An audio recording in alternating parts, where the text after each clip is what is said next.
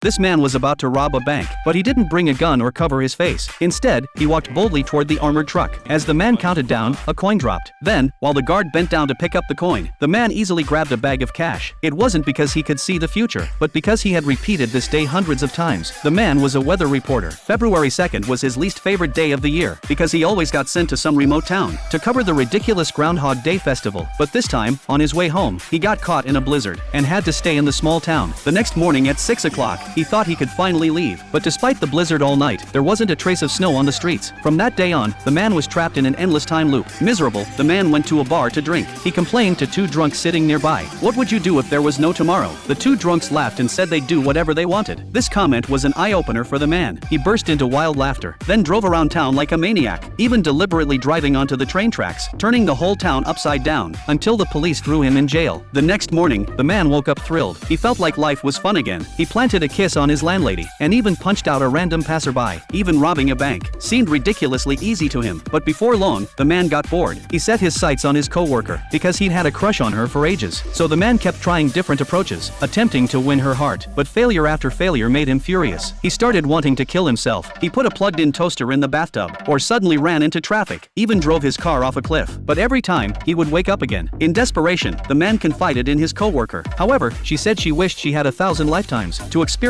everything life had to offer. Hearing this, the man stopped trying to kill himself. He started learning ice sculpting, and even began treating everyone kindly. This way, he kept enriching himself through the repeated days. More importantly, he discovered the true meaning of life. That day, his heartfelt speech at the Groundhog Day festival moved everyone present, including his co-worker. The two walked through the snow-covered town. This time, the man wasn't in a rush. Instead, he carved an ice sculpture for his co-worker. Sincerity is always the ultimate weapon. She gave the man a kiss. The next day, the alarm went off at 6 o'clock as usual. An arm reached over and turned it off. Finally, the man had broken the loop.